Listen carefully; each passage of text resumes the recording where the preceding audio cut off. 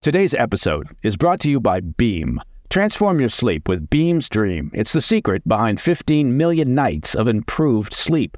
You fall asleep faster, stay asleep longer, wake up refreshed. I mean, come on, that's the holy grail for a lot of people, right? Falling asleep faster, staying asleep longer, waking up refreshed. Come on.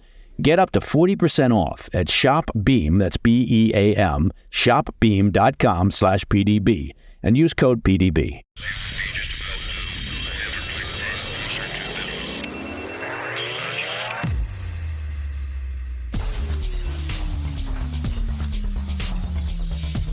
It's Monday, 22 April. Welcome to the President's Daily Brief.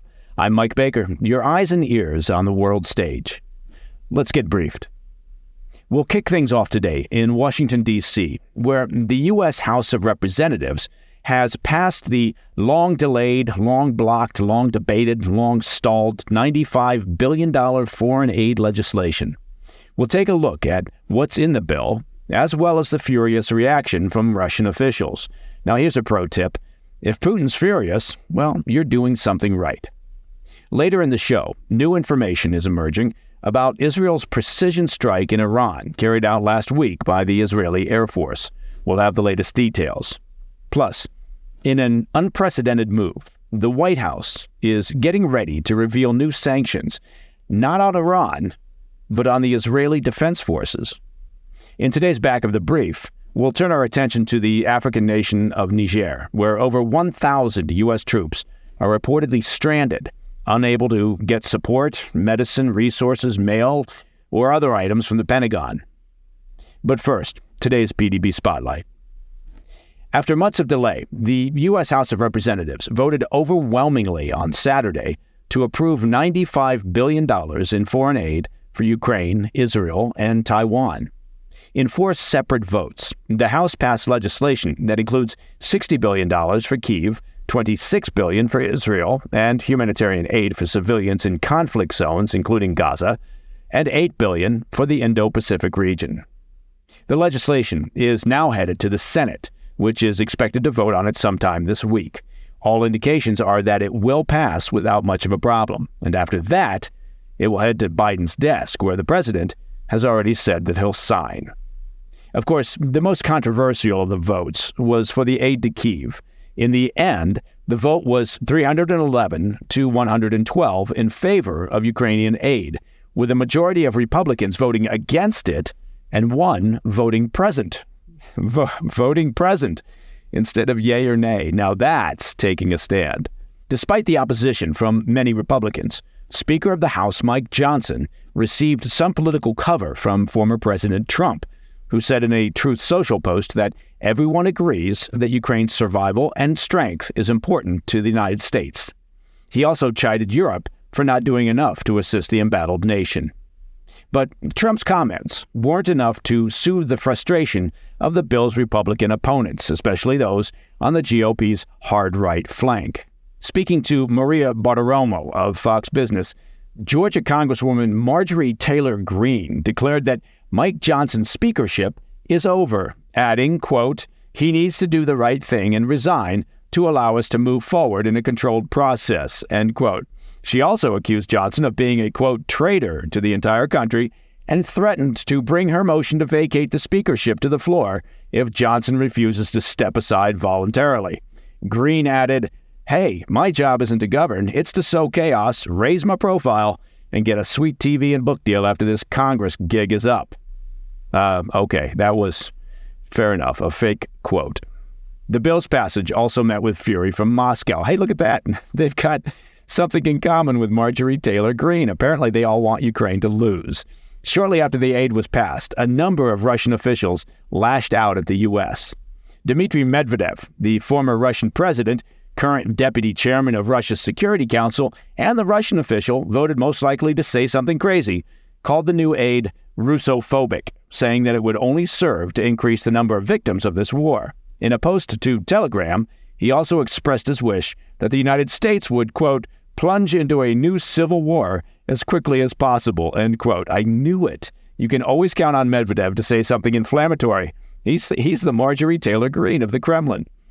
Moscow's reaction was a stark contrast to that of the Ukrainian government, which is obviously thrilled about the aid package. Writing on X, President Zelensky said, "I'm grateful to the United States House of Representatives, both parties, and personally to Speaker Mike Johnson for the decision that keeps history on the right track."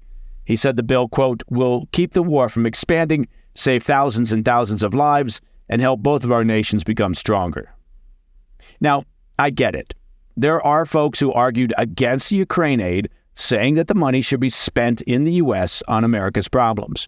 And some argued that no money should go to Ukraine until the U.S. southern border is secured. Now, once again, more than one thing can be true at the same time.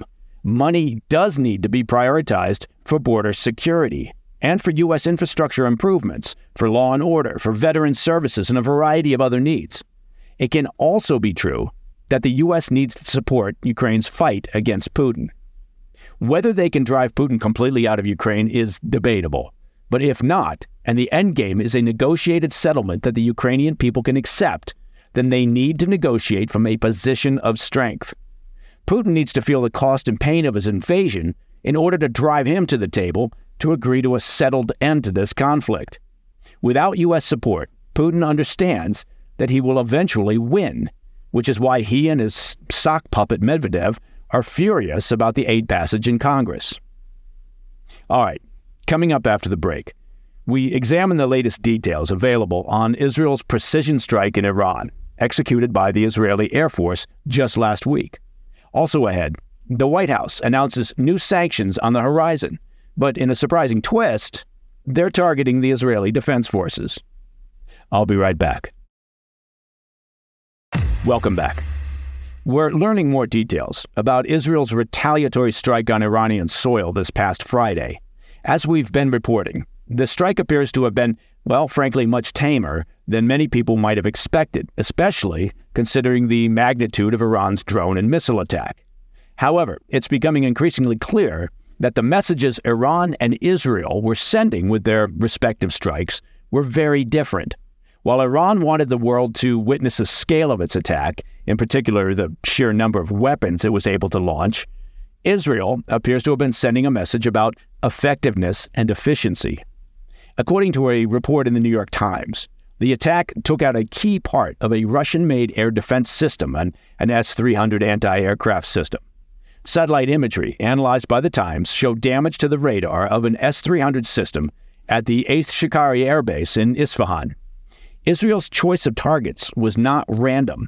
That particular air defense system that they hit is used to provide air cover to the Natanz nuclear facility, which is widely believed to be the center of Iran's clandestine nuclear program. Reports from the Israeli media claim that the strike was carried out using a single advanced air-to-surface missile dubbed the Rampage. The 15-foot missile can travel at supersonic speed, making it nearly impossible to detect and intercept using standard air defense systems. The missile was reportedly fired from a warplane far from Israeli or Iranian airspace and went completely undetected by Iran's defensive systems. Now, officially, Israel has been silent on the strike, but speaking to Israel's Channel 12 News, retired General Israel Ziv, a former IDF operations chief, said that the attack was not intended to cause major destruction, but to send a very clear message to Iran and demonstrate the wide, quote, technological gap between the two countries. In short, Israel's message was essentially, we're not going to hit your nuclear facilities this time, but if and when we do, there's nothing you can do to stop us. Meanwhile, Iranian officials have been, well, frankly, just as mum about last week's strike as Israel has. They've largely been sticking to their original story that their air defense systems shot down 3 drones. In a telling moment, Iran's foreign minister, who was at the United Nations headquarters in New York on Friday, was asked by a journalist if he had any comment on Israel's attack, to which a member of his entourage answered, quote, "What attack?" All right, let's turn our attention back to Washington, D.C. and that foreign aid package that passed through the House on Saturday. Tucked away in that legislation was a little surprise for President Biden, namely new sanctions on Iran's oil sector. As we've reported here on the PDB, President Biden has been hesitant to place new sanctions on Iran's oil industry for fear of upsetting the global market, raising gas prices at the pump during election season, and angering China, a key buyer of Iranian oil. Instead, last week, his administration levied sanctions against Iran's drone manufacturers, its steel industry, and an automaker. Not exactly aggressive and decisive action against the regime. However, according to Bloomberg, the recently approved bill in the House introduces wider-ranging punitive measures against Iran, extending sanctions to international ports and shipping entities that deliberately handle Iranian crude and defy the current sanctions imposed by the United States. Additionally, the legislation intends to escalate the so-called secondary sanctions, now encompassing all dealings between Chinese banks and the blacklisted Iranian financial institutions involved in purchasing crude oil and its byproducts. Analysts believe that the new sanctions could add as much as $8.40 to the price of a barrel of crude. But before you get excited, it's worth noting that the legislation includes what's referred to as presidential waiver authority, meaning that President Biden could opt to suspend the new sanctions if he sees fit. Now, sticking to the theme of sanctions, the White House is reportedly about to take an unprecedented step by levying sanctions against members of the Israeli Defense Forces. According to a story in Axios, Secretary of State Antony Blinken is expected to announce sanctions against the IDF's Netzah Yehuda battalion for human rights violations in the West Bank. Now, if you're unfamiliar with Netzah Yehuda, it's a unit that's specifically tailored to the needs of ultra-Orthodox men who serve in the IDF. The battalion allows these soldiers to maintain their religious lifestyle while serving in the military. Its membership is known for including a number of radical settlers. Over the years, the battalion has been accused of numerous human rights violations, mostly involving incidents of violence against Palestinian civilians, all of which those incidents occurred before the October 7th Hamas attack. Now, this would be the first time in history that the U.S. imposed sanctions on an Israeli military unit and would ban the infantry battalion from receiving any kind of U.S. military assistance or training. In a post to X, Israeli Prime Minister Netanyahu spoke out about the coming sanctions, writing, quote, "At a time when our soldiers are fighting the monsters of terror, the intention to impose sanctions on a unit in the IDF is the height of absurdity and a moral low," end quote. But, having said that, it will play well with the hard left and progressives in President Biden's party who are upset about continued U.S. support for Israel. Coming up in today's Back of the Brief, we spotlight the difficult situation in Niger, where more than 1,000 American troops find themselves marooned, cut off from essential supplies. I'll be right back. In today's Back of the Brief, I wanted to follow up on a story we brought you last month about the African nation of Niger and its government's efforts to evict the U.S. military. To bring you up to speed, back in March, Niger's military junta announced that they were ending what's known as the Status of Forces Agreement. That agreement has allowed U.S. personnel to be deployed in the country since 2012. Since that report back in March, it appears that the situation on the ground for U.S. troops has deteriorated significantly. According to a report prepared by Florida Congressman Matt Gaetz, more than 1,000 troops stationed in the country are effectively being held hostage there, not just by Niger's military junta, but by a Biden administration that, according to Gaetz, doesn't seem to care. The report draws on interviews with soldiers currently deployed in Niger who sought assistance from Representative Gaetz's office after their requests for support from the Departments of Defense and State were denied. According to Gaetz's report, the situation on the ground has become dire over the past month. Soldiers have been unable to receive necessary medical supplies, blood to replenish the base's blood bank, equipment, repair supplies, and other routine material, including mail, from the Pentagon.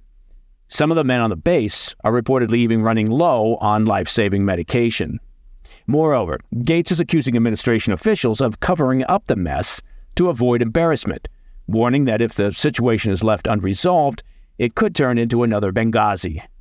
Thankfully, it looks like the White House is finally beginning to move on the issue. According to defense officials, discussions have begun between the U.S. and Niger for an orderly withdrawal of U.S. forces from the country, although no timeline for the removal has been given. And that, my friends, is the President's Daily Brief for Monday, 22 April. If you have any questions or comments, please reach out to me at pdb@thefirsttv.com. And to listen to the show ad-free, become a premium member of the President's Daily Brief by visiting pdbpremium.com. I'm Mike Baker. I'll be back later today with the PDB Afternoon Bulletin. Until then, stay informed, stay safe, stay cool.